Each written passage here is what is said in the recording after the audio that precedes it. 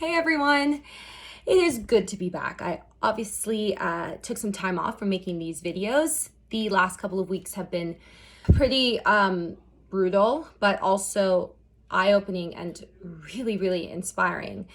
But I am happy to be back making videos, and in the spirit of everything, I wanted to tell you about what happened on this day in African American history, because today is actually the 127th birthday of the iconic Hattie McDaniel. Now, it has been 80 years since Hattie attended the 12th Annual Academy Awards and won the Best Supporting Actress for her part in Gone with the Wind. McDaniel's role as Mammy, the head slave at Tara, which was the film's fictional Southern plantation, was reviewed by both white and African American critics as extraordinary. Hattie was known for playing an opinionated, unapologetic character.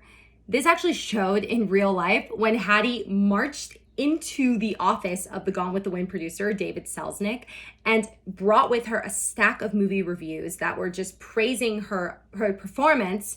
And when Selznick realized, the talent that he had in front of him, he just had to nominate her for the Best Supporting Actress role. At the time of the 12th Academy Awards, believe it or not, the Jim Crow laws were still in place, which allowed racial segregation.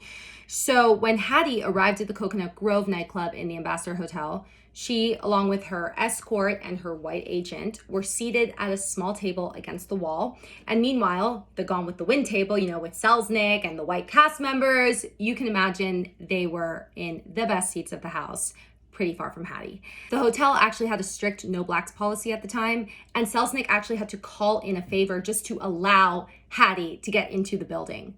But when the winner of the Best Supporting Actress was announced, the room filled with emotion. Gossip columnist Luella Parsons wrote, "You could have had the choke in your voice that all of us had when Hattie accepted the honor." Wearing her signature turquoise gown and white gardenias in her hair, Hattie shared in her acceptance speech, "I shall always hold it as a beacon for anything I may be able to do in the future. I sincerely hope that I shall always be a credit to my race and the motion picture industry." 70 years later, at the 2010 Academy Awards, Monique, who won Best Supporting Actress for her role in Precious, wore, guess what? A blue gown and a white gardenia in her hair as a tribute to Hattie. "I want to thank Miss Hattie McDaniel," she said, "for enduring all that she had to so that I would not have to." Hattie passed away in 1952 and left her Oscar in the possession of Howard University. But there's a really strange mystery here, because the Oscar actually disappeared from Howard in the late 1960s. Now, there are many theories as to what happened to this Oscar. Some say that the Howard students took it during the 1960s civil rights protests. Others say that it was a Harvard professor. Others say that it was just put away for safekeeping and somebody just forgot the key or forgot where they put it and they were never able to find it. There was even a year-long investigation that took place to find it, and at the end, all of the investigators could offer was just another theory of their own. This time, they tied the Oscar to the story of how the legacies of racism and inequality suppressed the ability of African Americans to protect wealth and transfer it intergenerationally. So, where's the Oscar? Sadly, we might never know.